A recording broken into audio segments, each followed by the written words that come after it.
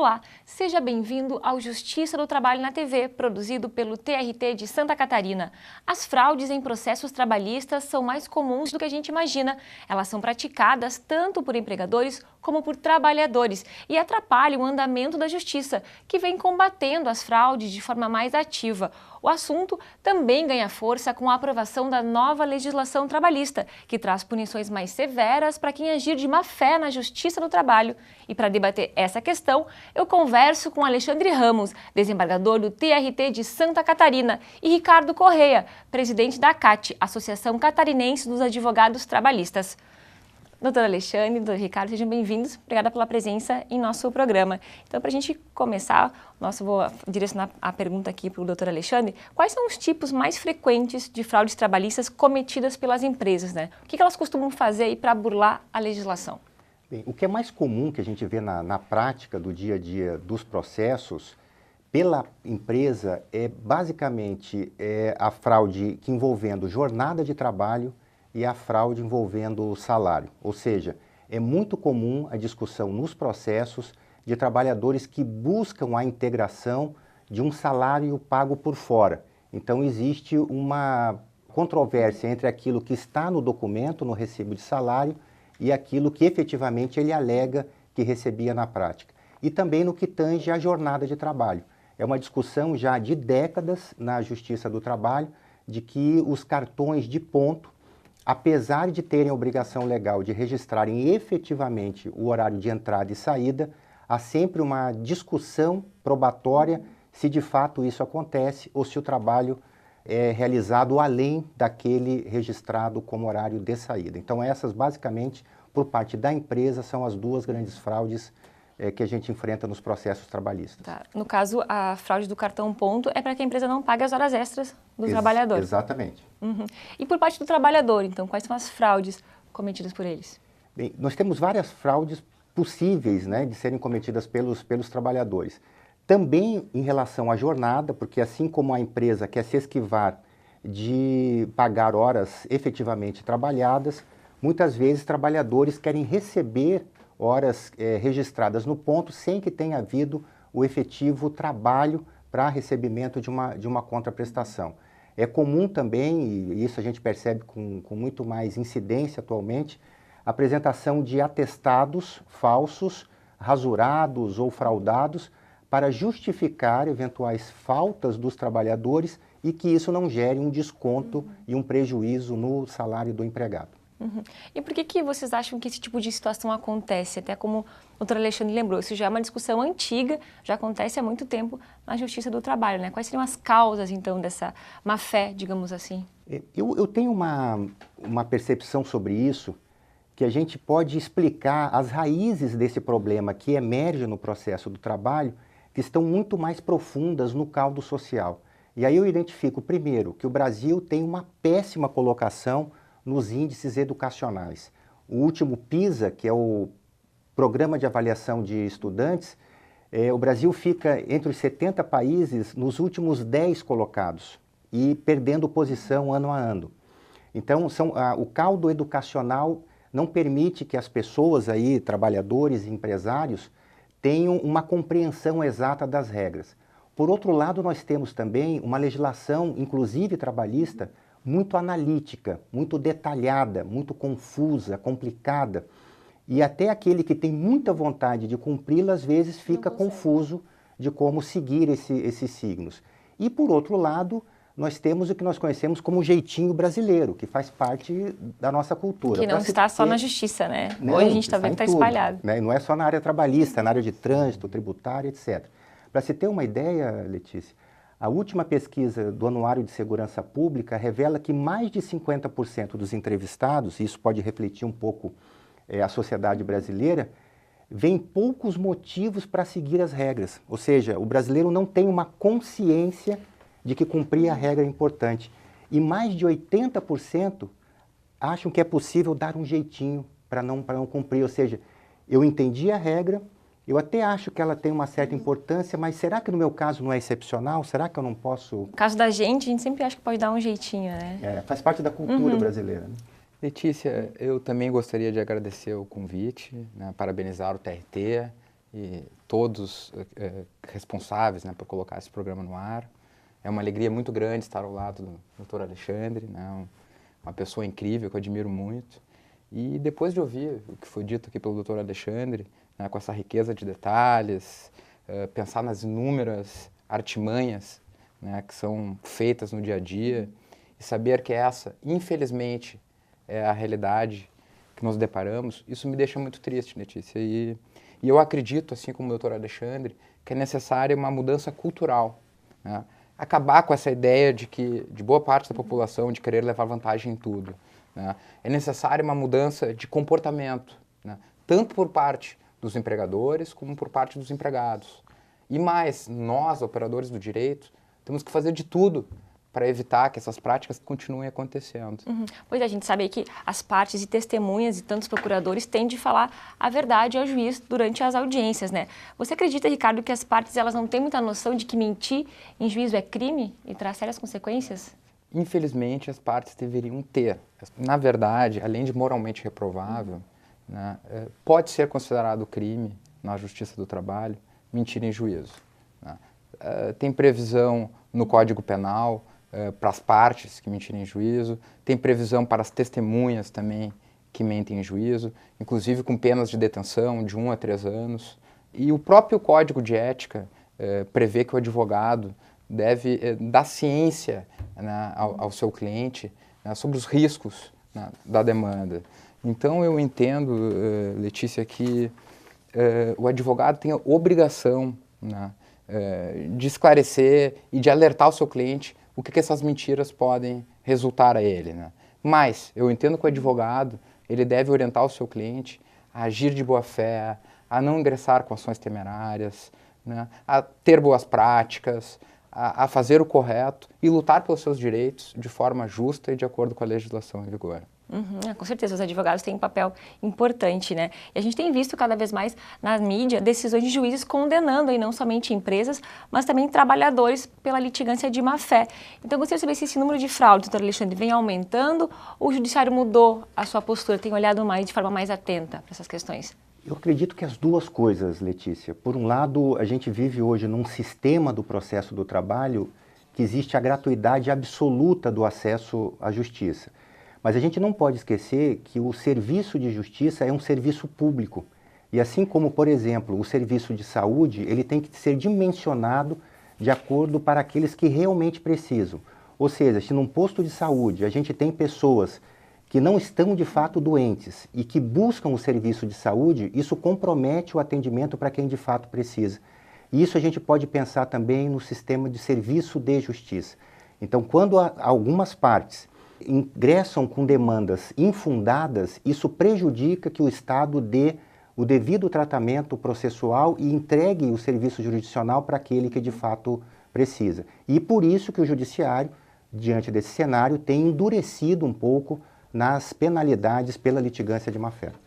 A gente vê um papel importante porque acaba abarrotando mais o Judiciário, comprometendo a celeridade, né? Hoje tão buscada, né? E muitas vezes também a gente vê que o trabalhador procura o advogado para ajuizar uma ação trabalhista e este, por sua vez, acaba aumentando os pedidos para obter uma decisão mais vantajosa no caso, né? Esse tipo de conduta, ele pode ser considerado uma fraude trabalhista, Ricardo? Pode ser considerado, Letícia. Na verdade, tem que se ter um pouco de cautela na hora de ver essa situação como uma fraude. Afinal de contas, muitos dos clientes, eles não sabem os direitos que ele possui. Então, o advogado, ele tem o dever legal de mostrar para o cliente que não é só aquilo que ele faz jus, né? De qualquer forma, após uma análise mais apurada dos direitos do seu cliente, ele deve questionar, né, ao empregado se ele realmente tem interesse de fazer aqueles pedidos. Afinal de contas, ele está representando o direito daquela pessoa.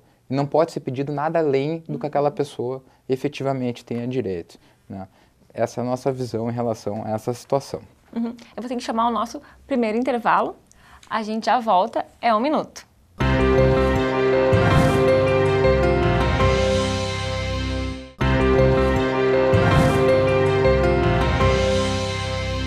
Estamos de volta para o segundo bloco do programa de hoje sobre fraudes trabalhistas. Eu converso com o desembargador do Trabalho, Alexandre Ramos, e o advogado Ricardo Correia.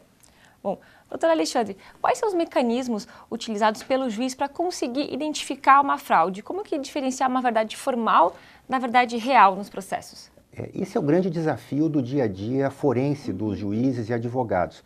Por quê? Porque a gente tem que lembrar que o contrato de trabalho é um contrato de trato sucessivo. Ele se projeta no tempo, ele dura meses e vários anos. E as condições de trabalho, como função, remuneração, jornada, local de trabalho, se alteram nesse tempo. E num processo judicial, às vezes, a gente precisa fazer uma investigação que abrange anos de uma relação jurídica. Então, o desafio é esse, é separar o joio do trigo, ou seja, o que é de fato uma fraude, uma intenção deliberada da empresa ou do trabalhador de ter uma vantagem que ele sabe que é indevida, manipulando provas, né, induzindo testemunhas ou forjando documentos, daquilo que é uma discrepância da documentação da empresa com aquilo que o contrato realidade informa. Que às vezes pode ser fruto de um esquecimento, ou mesmo de uma falta de atenção, por exemplo. Sem dúvida. Uma falta de atualização dos dados, por exemplo, pode se dar por um erro procedimental da empresa. Ou seja, essa discrepância necessariamente não é uma fraude. A fraude pressupõe, como foi dito, uma intenção deliberada de ter uma vantagem indevida, procurando manipular. Às vezes, o próprio advogado, desde a entrevista, a própria parte já tenta enganar o advogado e esse erro vai sendo levado, vai contaminando o processo e dificultando a atuação do Poder Judiciário ou do sistema de justiça, que abrange não só o Judiciário, mas a advocacia e o Ministério Público, de realmente entregar uma decisão justa e adequada com o ordenamento jurídico. Bom, o texto da reforma trabalhista, agora aproveitando que foi recentemente sancionado, ele traz algumas novidades aí quanto à questão da litigância de má-fé. E principalmente para partes e testemunhas, que antes na CLT não havia previsão, né? Então, no caso dos advogados que agem de má-fé, gostaria de saber como é que acontece? Eles podem ser condenados também, Ricardo? Letícia, na verdade, eu entendo que não. As alterações que tiveram na reforma trabalhista, ela é apenas para as partes, né? Para o empregado, para o empregador, para o interveniente e também para as testemunhas, né? Essa alteração ela não fala nada em relação aos advogados. O que muitos juízes têm feito, né, é condenar os advogados apenas de litigância de má-fé com base no CPC. Né? E a maioria dessas decisões, pelo que eu tenho visto, elas têm sido reformadas no TST.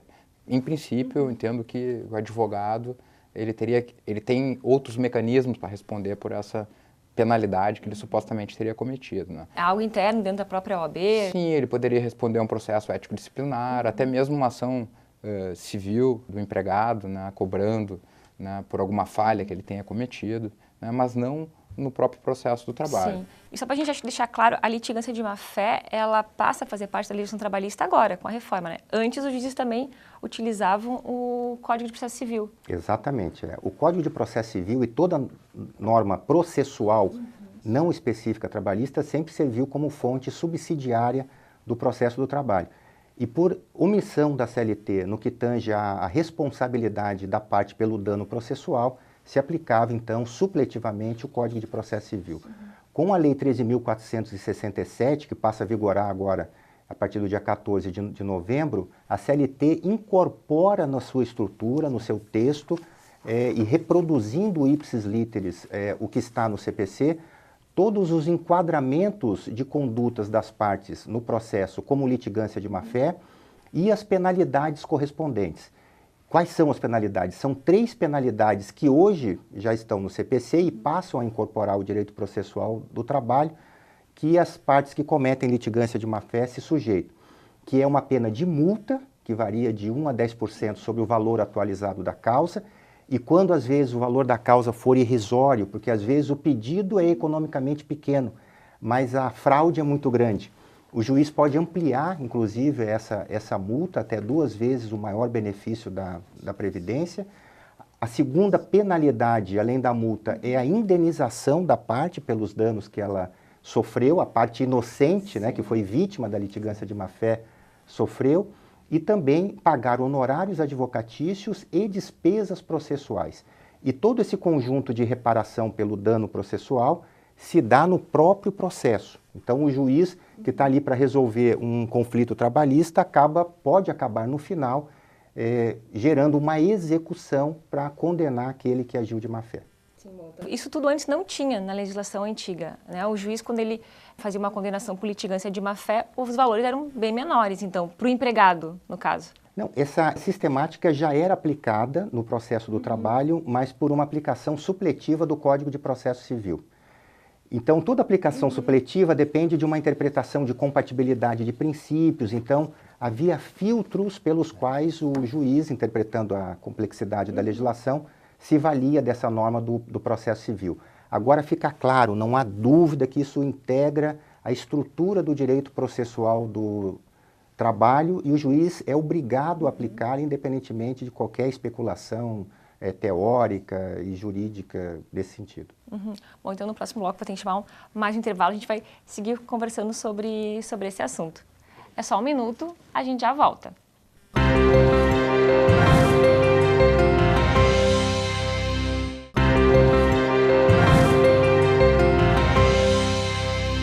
Estamos de volta para o último bloco do programa de hoje sobre fraudes e a nova legislação trabalhista. Bom, para ingressar com uma ação na justiça, o trabalhador não pagava nada até então. Agora, com a nova legislação, isso mudou. O trabalhador passa a ter um custo, inclusive se perder a ação, terá de pagar os honorários sucumbenciais, né, os honorários da parte vencedora. Como que isso vai funcionar, doutor Alexandre? Bem, essa foi uma mudança significativa na sistemática processual trabalhista. Hoje a gente pode falar, inclusive, de uma nova ação trabalhista. Aquela gratuidade absoluta que vigora, inclusive, atualmente, deixa de existir porque a CLT, com texto novo, enrijece um pouquinho a concessão de gratuidade no processo. Claro que isso independe, inclusive, da fraude, de litigância de má-fé. Por quê? Porque o novo texto agora faculta para os trabalhadores que ganham até 40% do maior benefício da Previdência Social, o que esse percentual dá em torno de R$ 2.212, faculta para quem receba até esse patamar uma concessão de gratuidade. Para quem recebe acima desse patamar e também para os empregadores, que o novo texto passa a permitir a concessão de justiça gratuita, depende de comprovação. A comprovação de que a parte não tem condições de suportar essas custas. Também a gente percebe uma quebra da gratuidade no caso do trabalhador que não comparece à audiência, porque atualmente o que acontece? O processo é arquivado e o juiz normalmente dispensa o trabalhador do pagamento de custas pela concessão da justiça gratuita. Pelo novo texto, mesmo sendo beneficiário da gratuidade, o trabalhador deve pagar custas processuais, inclusive como pressuposto para o ingresso de uma nova ação. Só fica dispensado se no prazo de 15 dias do arquivamento ele comprovar um motivo legalmente justificável para a ausência na audiência. Ele é obrigado a comparecer às audiências hoje. Todas as partes são obrigadas a comparecer. Né? Só que hoje existe uma certa flexibilidade, uma tolerância com as ausências. E aí Por parte do empregador. Por parte do empregado. Por parte do empregado, né? Hoje o juízo, se o empregado não comparece, arquiva e dispensa de custas. Isso deixa de ser possível porque expressamente o novo texto legal conduz como isso vai ser feito nos termos já mencionados. E quanto aos honorários sucumbenciais, também é mais uma novidade, né? Sim, Letícia. Na verdade, essa foi uma grande conquista da categoria dos advogados. E, na verdade, isso vai trazer uma maior responsabilidade dos litigantes, inclusive dos seus procuradores, nas ações trabalhistas. O que nós esperamos com essa alteração é que diminua consideravelmente o número de ações aventureiras, de aquelas ações lotéricas com valores enormes. A gente acredita que as ações vão ter só pedidos que realmente o empregado tenha direito. Inclusive, se o empregado perder uma perícia, ele vai ter que arcar com o custo dessa perícia. O que hoje o trabalhador não tem custo com perícia, né? Não, porque geralmente é concedido os benefícios da assistência judiciária gratuita e quem arca com esse custo é a própria União. Os advogados não vão querer ingressar com uma demanda caso ela já perceba que não vai ter sucesso. Eles vão passar a servir também como conselheiros ou quando o cliente chega até ele. Justamente, ele vai ter que alertar, na verdade, o seu cliente sobre os riscos de determinados pedidos que ele não obtém prova, né? Então, os advogados vão ter que ter uma maior responsabilidade na avaliação, né, não só dos pedidos, mas em relação à prova existente. E todas essas medidas, vocês não acham que vão poder, de repente, vão limitar o acesso do trabalhador à justiça? Principalmente se falando sobre custas, né? A minha visão que não, né? Aquele que realmente precisa, tem direito, teve as suas garantias legais violadas, esse sempre vai ter acesso. O que me parece que essa mudança sinaliza é de uma maior responsabilidade no uso desse serviço público de justiça. E também nós temos que enfatizar, Letícia e doutor Ricardo, que os honorários de sucumbência recíproca na Justiça do Trabalho não são uma novidade absoluta, porque com a emenda 45, que trouxe para a competência da Justiça do Trabalho outros contratos de atividade de natureza civil, como a prestação de serviços, o contrato de empreitada, o contrato de representação comercial, a Instrução Normativa 29 do TST já diz que para esses contratos civis são cabíveis os honorários de sucumbência recíproca. Então, por exemplo, numa discussão de um contrato de prestação de serviço, em que se pede 100, mas só se ganha 50, já vale hoje a regra de que o autor da ação recebe honorários de sucumbência sobre 50, mas tem que pagar para outra parte honorário de sucumbência sobre aquilo que ele perdeu. O que se fez foi estender esta regra também para a relação de emprego. Letícia, um outro detalhe importante é que a nova legislação ela não prevê a compensação desses honorários. Cada parte perdedora terá que pagar os honorários para a parte contrária. E no caso, a gente só dando um exemplo do trabalhador que de alguma forma perdeu a ação, por exemplo, né? Mas porque o advogado fez algum pedido que não deveria, enfim, ele tem como daí entrar, porque ele vai ter que pagar o advogado da parte contrária.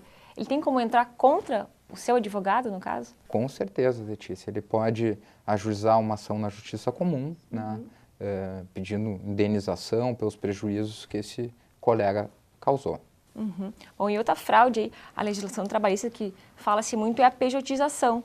É um artifício utilizado pelas empresas para não pagarem os direitos previstos na CLT. Então, sobre esse tema, alguns especialistas dizem que o novo texto, né, vai promover esse tipo de fraude ainda mais, porque o trabalhador vai ter mais dificuldade aí de conseguir provar a pejotização.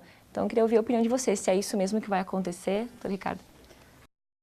Eu entendo que vai continuar acontecendo o mesmo que acontece hoje. Embora seja permitido terceirizar, né, se for identificado uma fraude, caso o empregador determine que aquele empregado abra uma empresa para ser contratado como um PJ, a Justiça do Trabalho não vai tolerar esse tipo de situação, né? O que é permitido agora com a nova legislação é terceirizar, mas terceirizar de uma forma lícita, de uma forma legal, né? Não mediante fraude, né? Então, se houver fraude, eu tenho certeza que a Justiça do Trabalho vai continuar agindo da mesma forma e declarando a nulidade desse ato, né, e o reconhecimento do vínculo de emprego. Porque isso é importante registrar e frisar. O artigo 9º da CLT não foi alterado, então todo ato tendente a fraudar, impedir e desvirtuar a aplicação das normas de proteção continuam sendo nulos. E também o conceito de empregado-empregador não foi alterado. Então, aquele que presta o trabalho de forma pessoal, remunerada, com subordinação jurídica e prestando um serviço de natureza não eventual, continua sendo empregado. Mas esse empregado, por exemplo, que cria essa empresa jurídica, né, para ser contratado pela empresa, que é uma espécie de fraude para que a empresa não pague os direitos trabalhistas e os benefícios para esse trabalhador. Não corre o risco, por exemplo, dele ser considerado um trabalhador autônomo e não um trabalhador PJ como ele é? Sem dúvida, sem dúvida. Por isso, cada caso vai ter que ser analisado. Porque a noção de fraude também, de impedir a aplicação das normas de proteção, pressupõe um prejuízo. Então, eventualmente, num exemplo em que um empregado é contratado como PJ, mas tem um padrão salarial absolutamente superior àquele que um empregado com carteira assinada recebe, isso vai minimizando um pouquinho essa ideia de prejuízo e fraude, né? Porque às vezes o padrão salarial compensa eventual FGTS, férias e assim por diante. Tá bom, a gente está caminhando para o final da nossa entrevista. Eu só queria saber de vocês, então, qual que será a principal dificuldade que vocês acham na implantação da nova legislação trabalhista? Doutor Alexandre. Eu vejo que a principal dificuldade é estabelecer cada dispositivo que a nova lei traz como novidade, se tem vigência geral e imediata, se alcança os contratos em vigor, se as normas processuais, por exemplo, de honorário de sucumbência, alcançam os processos já em andamento ou só os processos ajuizados a partir do fim da vacatio legis da lei. Eu acho que esse vai ser o grande problema que nós vamos ter que solucionar, ou seja, cada dispositivo passa a vigorar a partir de quando e alcança que situações. Letícia, de nossa parte, né, eu entendo que é uma insegurança jurídica para nós advogados de como os magistrados vão interpretar determinadas alterações que estão sendo feitas, né.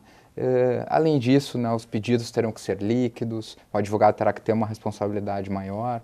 Enfim, isso eu acredito que só o tempo vai poder nos dizer. Bom, então tá, agradeço muito, foi um prazer conversar com você, doutor Ricardo, doutor Alexandre, e até uma próxima. Obrigado. Hoje conversamos sobre fraudes trabalhistas com o desembargador do TRT de Santa Catarina, Alexandre Ramos, e o advogado Ricardo Correia. Nos vemos no próximo programa. Até lá!